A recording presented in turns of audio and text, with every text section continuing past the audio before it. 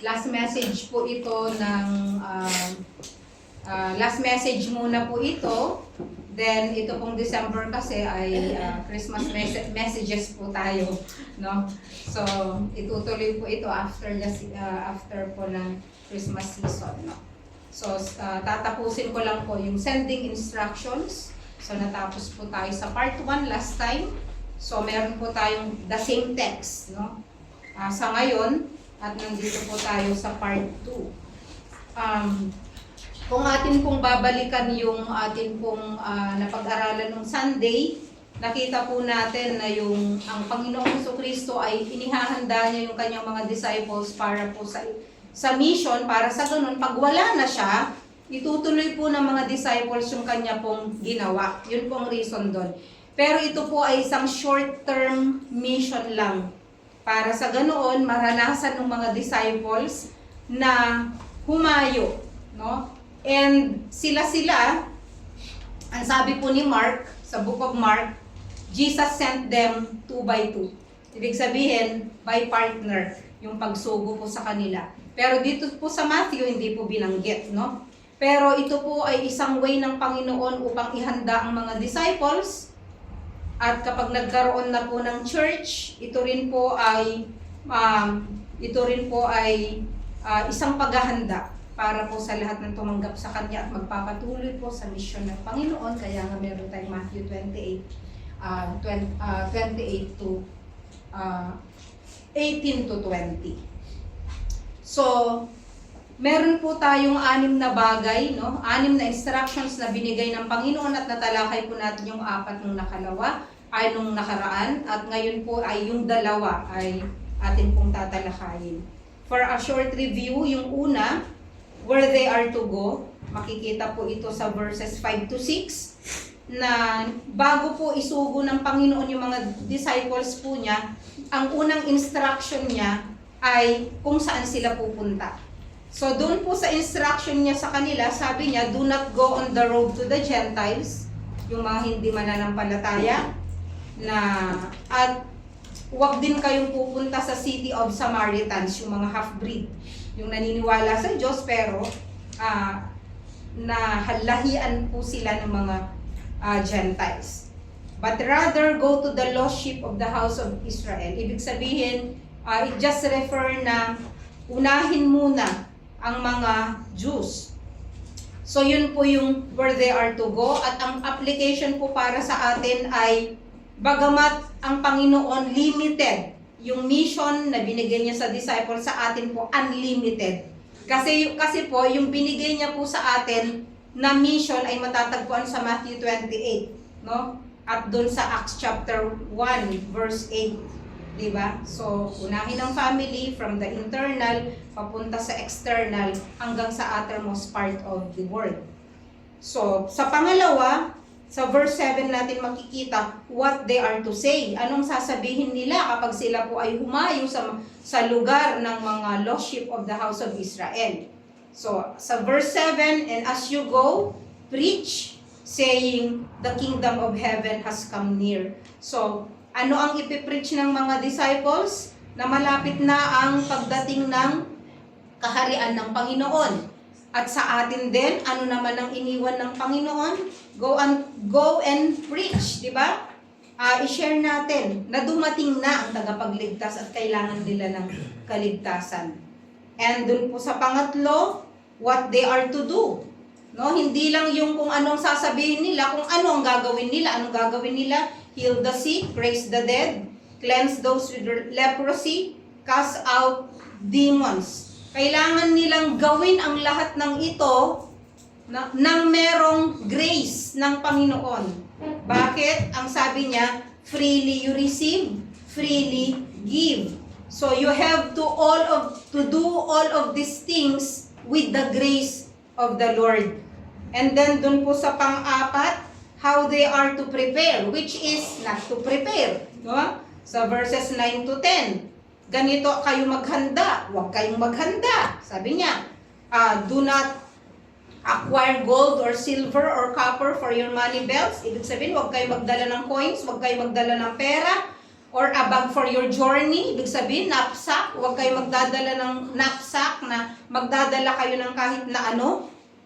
Or even 2 tunics. Ni dalawang coat, isa lang yan. Ibig sabihin, kung ano yung suot nila nung time na yon, yun na din. No? Kung ano yung itsura nila nung time na yon na sinusugo sila, ganun din ang kanilang itsura. Dadalhin lang nila yung kanilang sarili. Ni sandals, huwag kayong magdala. Sabi niya, or a staff, yung tungkod, which is napakahalaga po ng staff every time na sila po ay maglalakbay, di ba?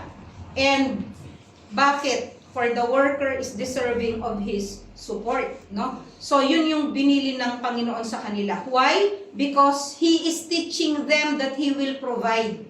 Na kapag sigurado ka na ikaw ay sinugo ng Diyos, hindi ka pababayaan ng Diyos, hindi ka kailanman magkukulang.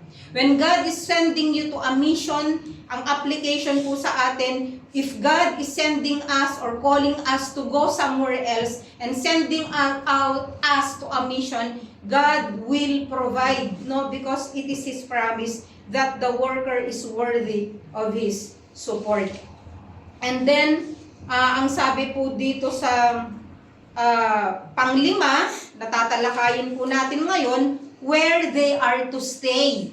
No? So, hindi lang po yung paano sila maghahanda. Pag nandun na po sila sa lugar na hindi mga Gentiles at hindi rin mga Samaritans, ang tanong, saan sila ngayon titira? Di po ba? Kapag pupunta ka sa isang lugar, lalo na pag mag-a-abroad ka, lagi mong iniisip, sino kayang contact ko? No? Remember, ang mga disciples na ito, first time po silang pupunta sa kung saan sila pupunta, wala silang contact. Di ba, pag mag-a-abroad ka, alam mo, meron kang kaibigan, meron kang kamag-anak, meron kang auntie, no? Or meron kang isang church na pupuntahan, may pastor kang kakilala o isang kapatid sa pananampalataya. Ang mga disciples po, pupunta sila isang lugar na wala po silang titirhan, no? And remember, 2 by 2 po sila. So, ang sabi po dito sa verses 11 to 13, whatever city, anuman yung city na pupuntahan nyo, okay, or village you enter, inquire who is worthy in it. So, ibig sabihin, magtatanong pala kayo. No? Magtatanong pala ang mga disciples kung ano kaya ang bahay dito na worthy. Okay? Worthy does not mean na mananampalataya sila. Kaya nga sila magmi-mission dahil hindi pa sila nakakakilala sa Panginoon eh. Noon pong kami, nagpupunta kami sa mission or nag-church plant kami, pumapasok kami na walang contact, wala pong mananampalataya. And we inquire about ang saan kaya kami pwedeng tumuloy. And then meron pong mga hospitable na mga tao na bagamat hindi ka kakilala, no, basta't alam nila mananampalataya ka, Kristiyano ka, tatanggapin ka naman sa bahay nila eh. Bagamat iba yung religion nila, so matatawag na these are worthy people. No, worthy kahit na hindi pa po sila mananampalataya, basta't willing sila na isupport ka, willing sila na patuloyin ka sa kanilang tahanan, the Bible calls them worthy. So, kapag nakahanap ka, ang sabi niya, you inquire who is worthy in it and stay at this house until you leave that city. So, ibig sabihin, kapag nakakita ka, nag-inquire kayo, 2 by 2 set, nag-inquire kayo, may nagpatuloy sa'yo sa gabing yon, magrimani ka doon hanggang sa umalis ka sa lugar na yon. Okay? So, our Lord tells His men where they are to stay, no? Kapag sila po ay nag-travel. You remain there until your work moves you somewhere else. Bakit kaya sinabi ng Panginoon ito? Kasi ang tendency ganito. Halimbawa, gabi na. Kami ni si Scott, pupunta kami sa isang village, magmi-mission kami. Gabi na, may nagpatuloy sa amin na bahay, worthy yun. Okay, so pumasok kami. Kaya lang yung bahay na yun, maliit. O kaya siksikan, maraming bata. No? So ngayon, kinabukasan, meron din gustong magpatuloy sa amin na mas komportable, mas malaki yung bahay, medyo mas nakakaangat-angat sa buhay, na kaya kang kakainin. Huwag kang lumipat doon.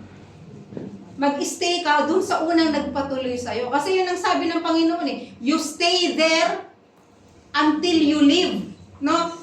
Kasi hindi ang worker ng Panginoon hindi siya addicted sa ease, no? Hindi ka maghahanap ng isang lugar na komportable para sa'yo. Kapag binigay ng Panginoon yung tahanan na yun, doon ka magstay kasi kalooban yun ng Panginoon. So, yun ang una niyang bilin. Ano?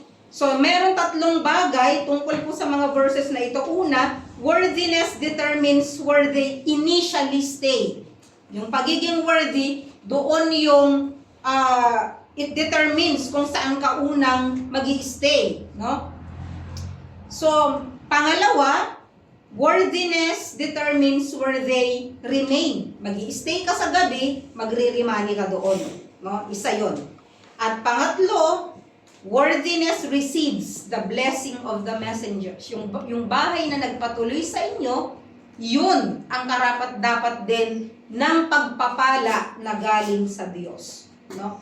Kasi, dun po sa Luke chapter 10, binanggit din ito verses 5 to 6. Ang sabi dito, and whatever house you enter, first say, peace be to this house. Ito yung bagay na sinabi po ni Luke naman. Bago ka pumasok sa tahanan na yon, sabihin mo, shalom or peace to be this house. Alam niyo po yung peace na to na tinutukoy, ang translation niya ay shalom. It does not mean only peace. It means everything. No? It means all the blessing na pwedeng dalhin sa tahanang yon, yun ang ibig pong sabihin. Whatever house you enter, first say, peace be to this house. And if a man of peace is there, your peace will rest upon him. No? But if not, it will return to you. No? Babalik sa'yo. Ibig sabihin, just go on. Yun lang pong ibig sabihin nun. Don't stay there. No?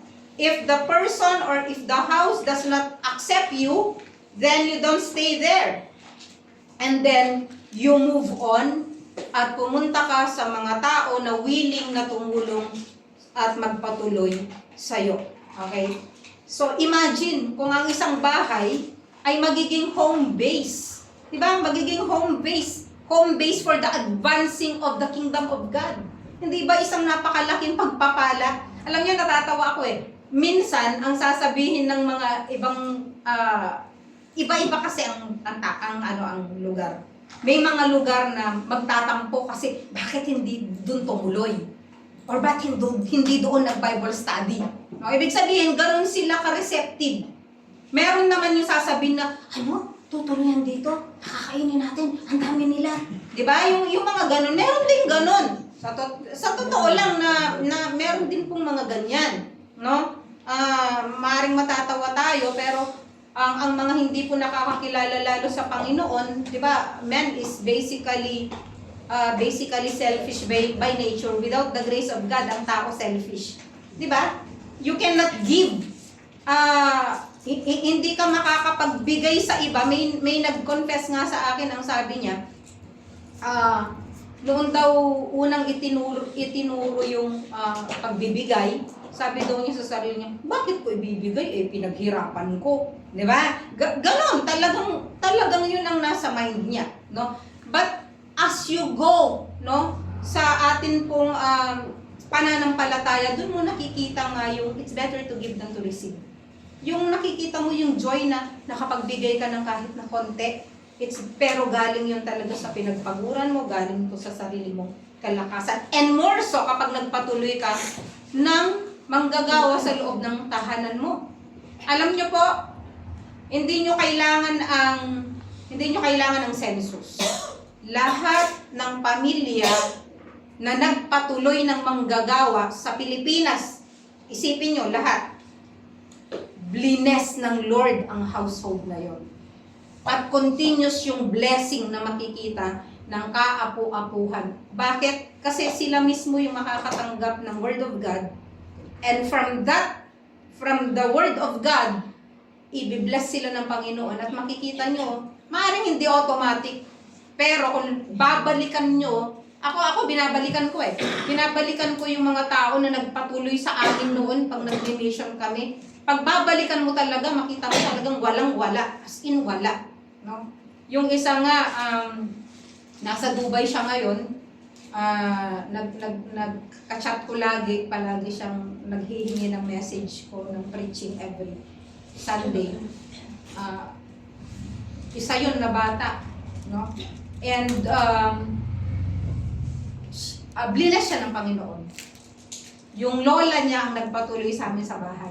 Lola, yung auntie. Alam niyo yun? Wala namang kamuwang-muwang ang mga batang maliliit eh. Pero tignan mo sila ngayon, no? Bless sila ng Panginoon. Yung iba, makita mo talaga, matutuwa ka talaga na ang Lord talaga hindi kailanman pumapalya sa kanyang mga salita. Ang Diyos talaga pinapatotohanan niya ang kanyang mga salita, no?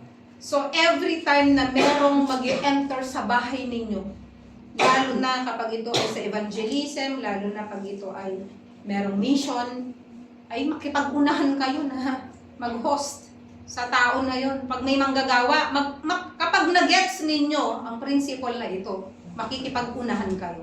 Pero pag hindi nyo mag-gets, iisipin nyo pabigat. Pero kapag nakita nyo yung principle dito na tinuturo ng Panginoon, ito ay pagaan actually. Pagaan sa buhay nyo. Sa buhay nyo ngayon at sa magiging buhay ng inyong mga kaapu-apuhan. So, pupunta po tayo sa pang-anim, which is the last, when they are to leave. Verses 14 to 15. Kailan ka naman aalis? No? Anong sabi dun sa verses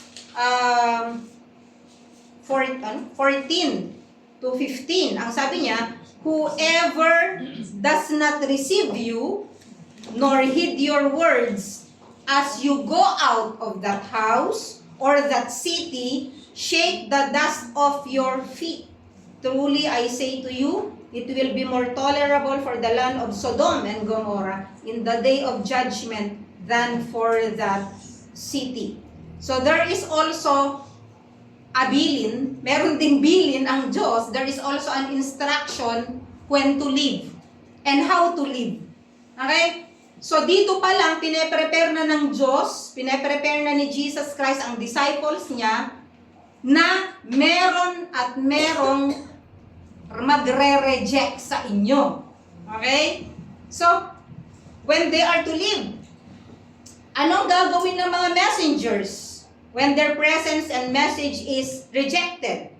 Okay? So, the Lord Jesus Christ wants us also to realize, no, that people will not just believe. Not everyone will believe. No? There are people who will reject the message and it will create division also. Division, why? Kasi isang pamilya. Yung isa nananampalataya, yung isa hindi. Di-divide kayo, di ba? Magkahiwalay kayo. Division ang tawag po doon. No? Sa friends nyo, magkakaroon kayo ng division kasi iba na yung paniniwala mo, iba na yung paniniwala niya. Okay? Division and rejection, yung dalawang bagay na yon. And hindi lang po yung individual rejection ang tinutukoy dito eh. Kasi sabi niya, if a house, that's individual rejection kapag yung tahanan hindi ka pinatuloy. There is also yung rejection ng community rejection kasi city. Di ba? Tignan nyo po, both house and city ang pinag-uusapan po dito. Yung buong city, talagang palalayasin kayo. Okay? So, both individual rejection and community rejection are considered. And what do? They should demonstrate the reality of their decision. Ano yung demonstration na sinasabi ng Panginoon? Shake the dust of their sandals.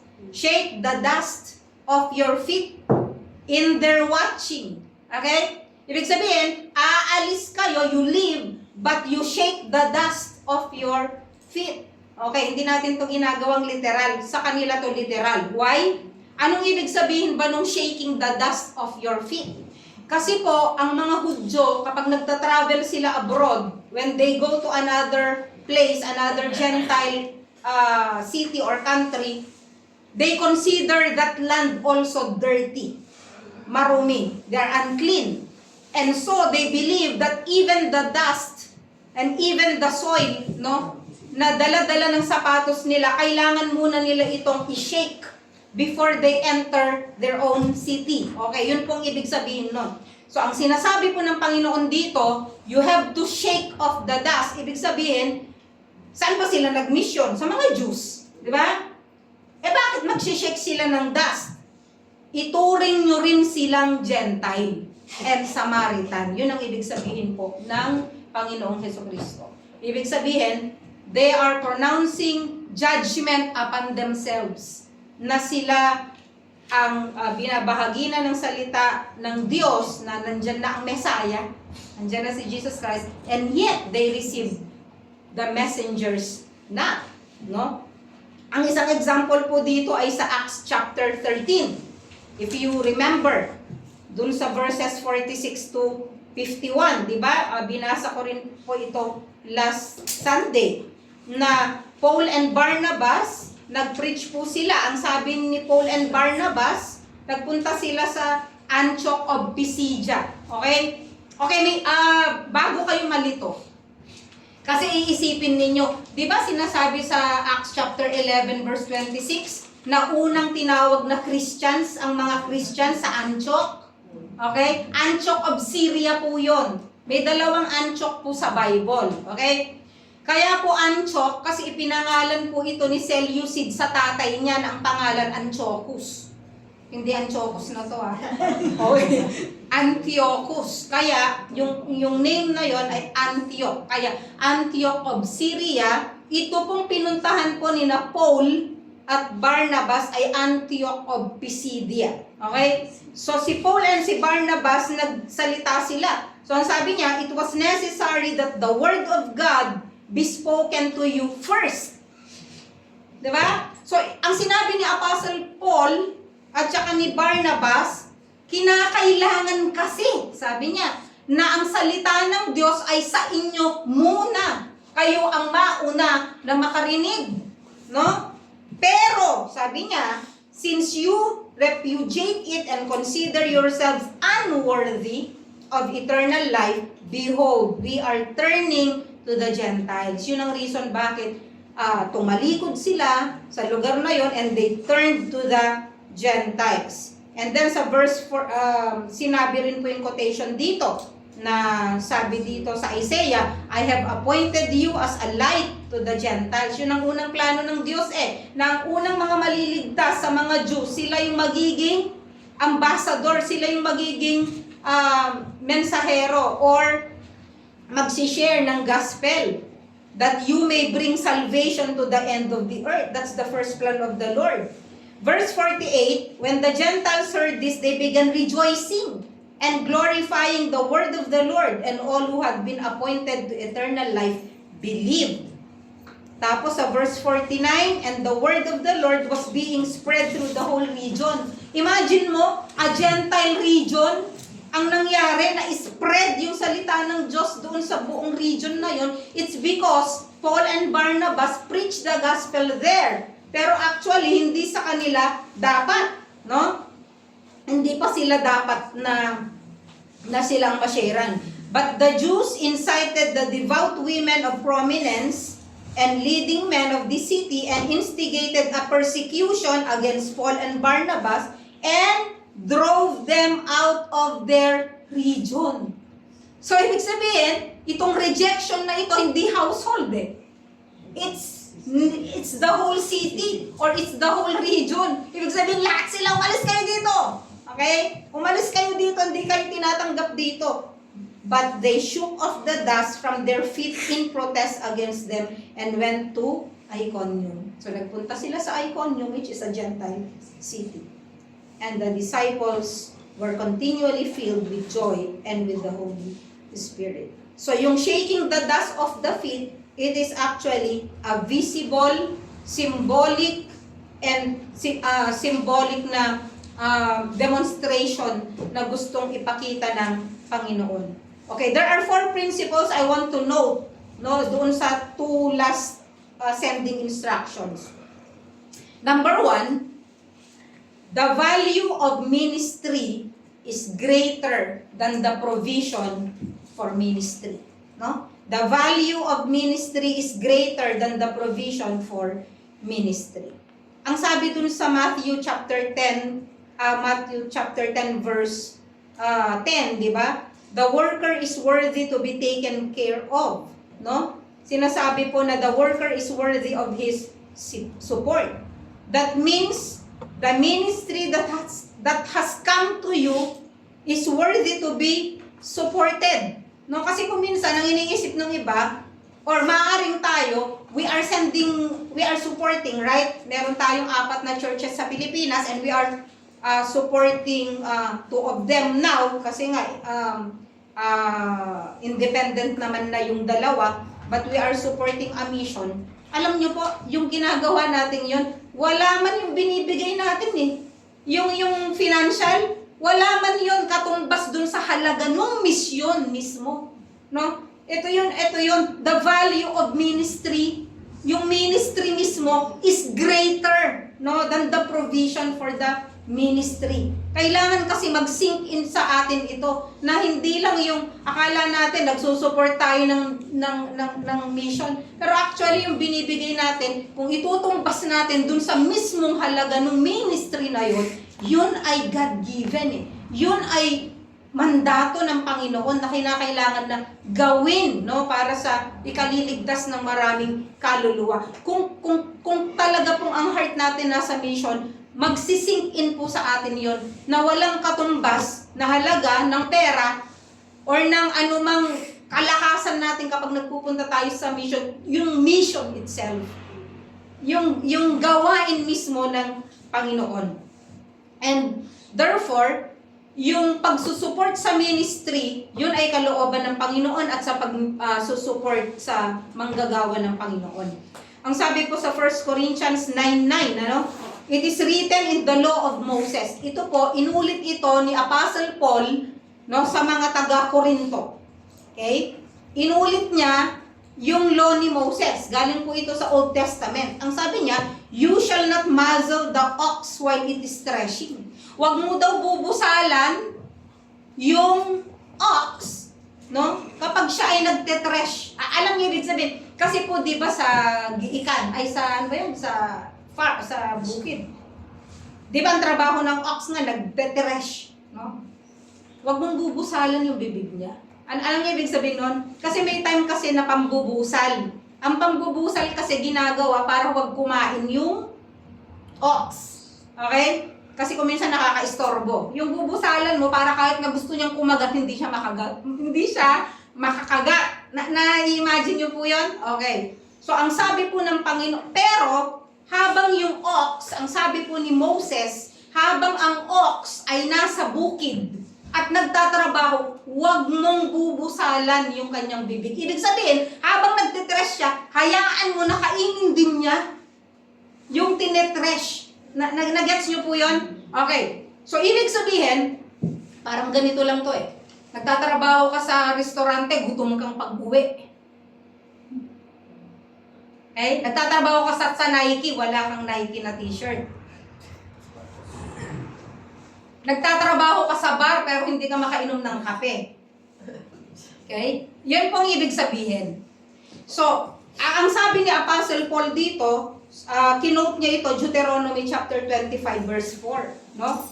For it is written in the law of Moses, you shall not muzzle the ox while it is threshing. God is not concerned about oxen, is He? So this verse is a quote from Deuteronomy 25 verse 4. And Paul uses it to argue that just as a working animal should be allowed to eat, so too should ministers of the gospel should be supported through their ministry. Kasi ang sabi niya sa 1 Corinthians 9:10-14, tutuloy ko, no? Sabi ni Apostle Paul, or is he speaking entirely for our sake? Yes, it was written for our sake. Because the plowman ought to plow in hope, and the thresher to thresh in hope of sharing in the crops. If we sowed spiritual things in you, is it too much if we reap material things from you? If others share the right over you, do we not more? Nevertheless, we did not use this right but we endure all things so that we will cause no hindrance to the gospel of Christ. Ang ganda ng sinabi ni Apostle Paul. Bagamat itong katotohanan, hindi namin ito tinitake advantage para hindi magiging katitisuran, di ba?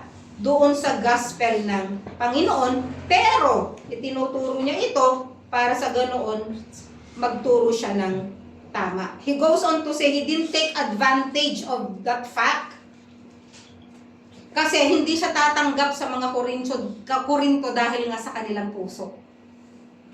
At nakita niyo mga Corinthians, no? Ang nag-support po kay Apostle Paul at sa mga ibang missionaries, hindi po sila tumanggap sa mga taga-Korinto. Sino po nag-support sa kanila faithfully?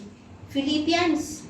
Kaya nga sinabi niya sa Philippians, and God will supply all your needs. Kaya po sinabi ni Apostle Paul yun, ang context nun, because you supplied for the workers, God will supply all your needs according to His riches.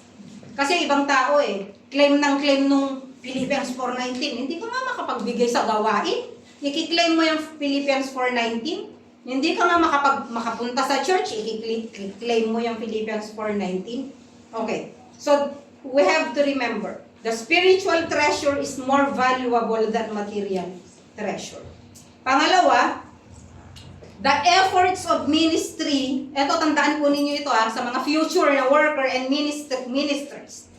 The efforts of ministry must be concentrated on the receptive. The efforts of ministry must be concentrated on the receptive. Ang tanong, how much time do we waste trying to pour into people who don't want ministry and neglect people who are hungry for it? We must concentrate on receptive soil. Makikita po natin yun sa Acts chapter 13. Ibig sabihin, huwag mong pag-aksayahan ang isang tao, isang lugar na nire-reject ang gospel. Nasubukan ba naming ma-reject? Oo. No? Kasi noon sa Gimba, Nueva Ecija. Nueva Ecija, ay Buena Vista muna, tapos Gimba.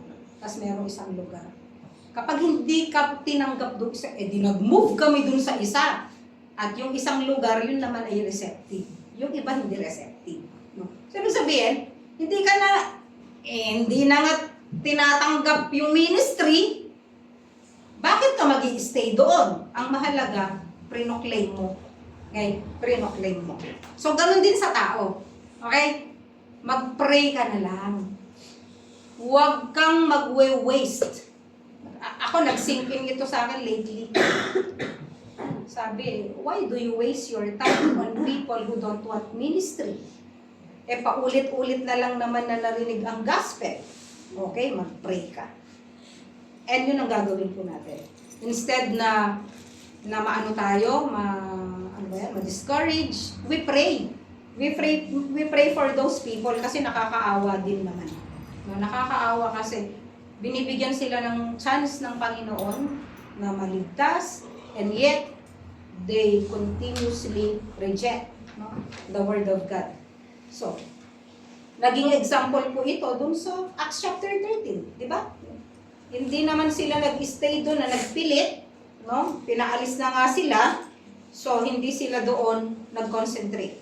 Kahit dun sa Acts chapter 18, verse 6, nung inopose nila si Paul, sabi doon, Paul shook out his garments, damit naman. Sinok niya yung garments niya, no? And said to them, your blood be on your own hands. I'm innocent from now on, I will go to the Gentiles. No? Yun ang sabi ni Apostle Paul. Inosente ako. I will now go to other people. Ayaw nyo, makinig. I will now go to another people. Okay, pangatlo. The messengers for ministry must remember that they are only representatives. Alam nyo kung minsan, ang hirap paghiwalayin kasi yung trabaho at personal. Alam nyo yun. No? So parang ganito rin. No?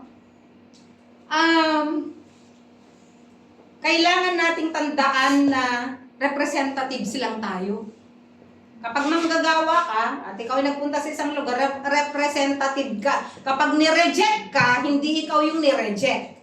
Sinong nireject? Si Jesus. Kaya lang kung minsan, honestly, pag nireject yung sinishare mo, feeling mo, kasama ka sa nireject. Tama? Oo, ganun yun eh.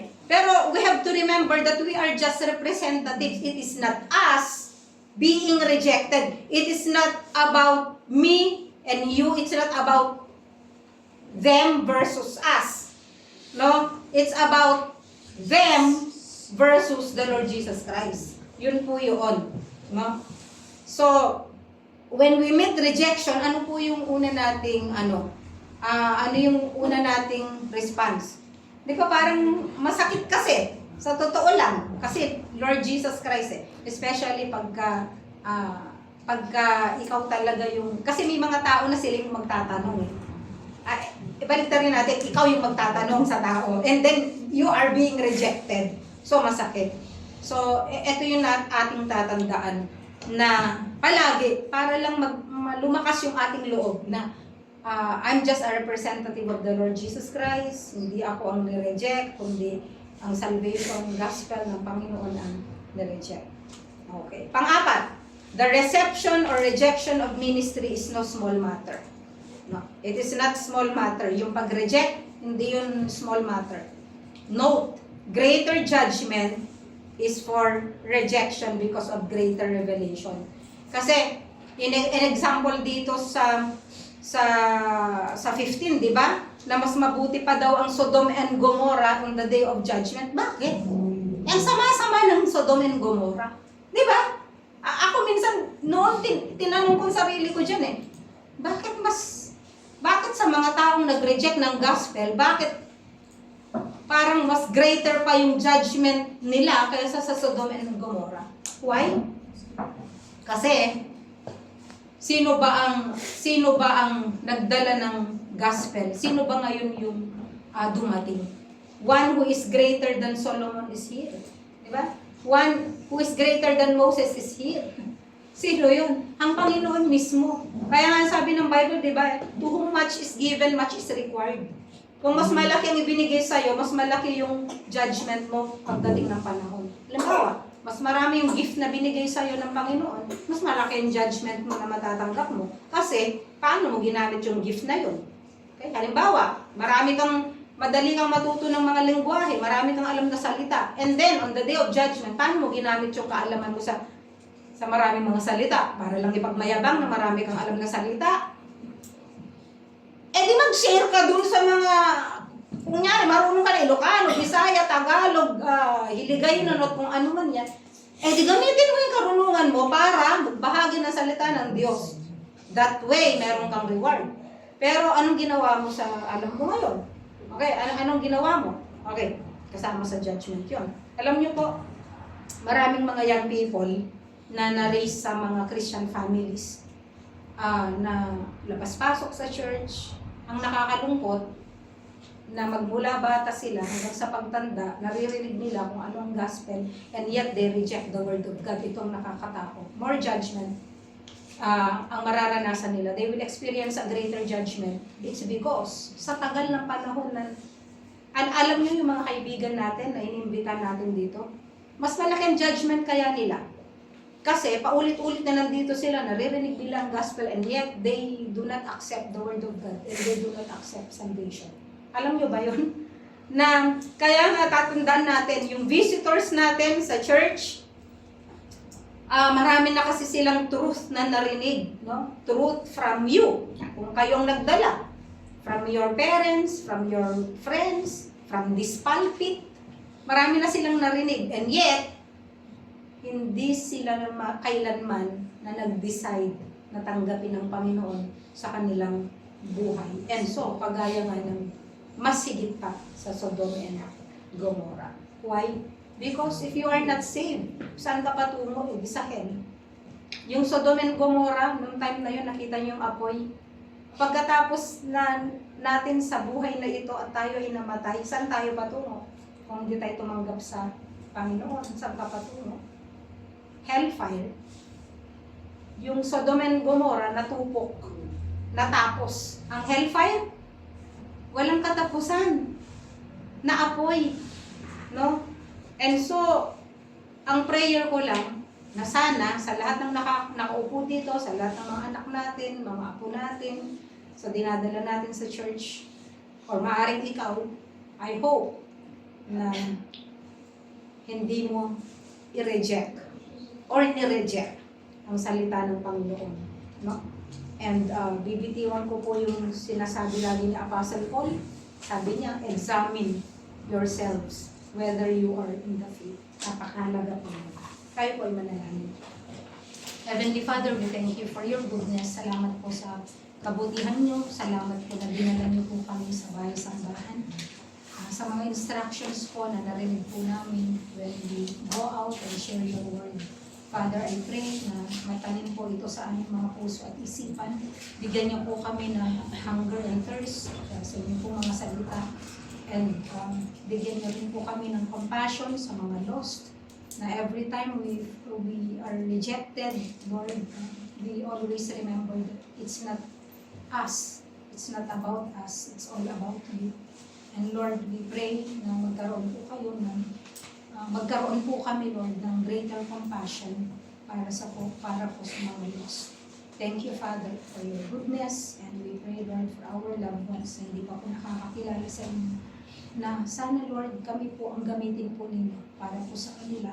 At kung hindi, ay kayo po ay magsugo ng iba na kung saan sila po ay makarinig at tanggapin ang inyong pong mensahe ng kaligtasan at ang Panginoong Jesucristo. Salamat po sa kabutihan po ninyo. Ito po aming samot dalangin sa pangalan ni Jesus. Amen. Amen.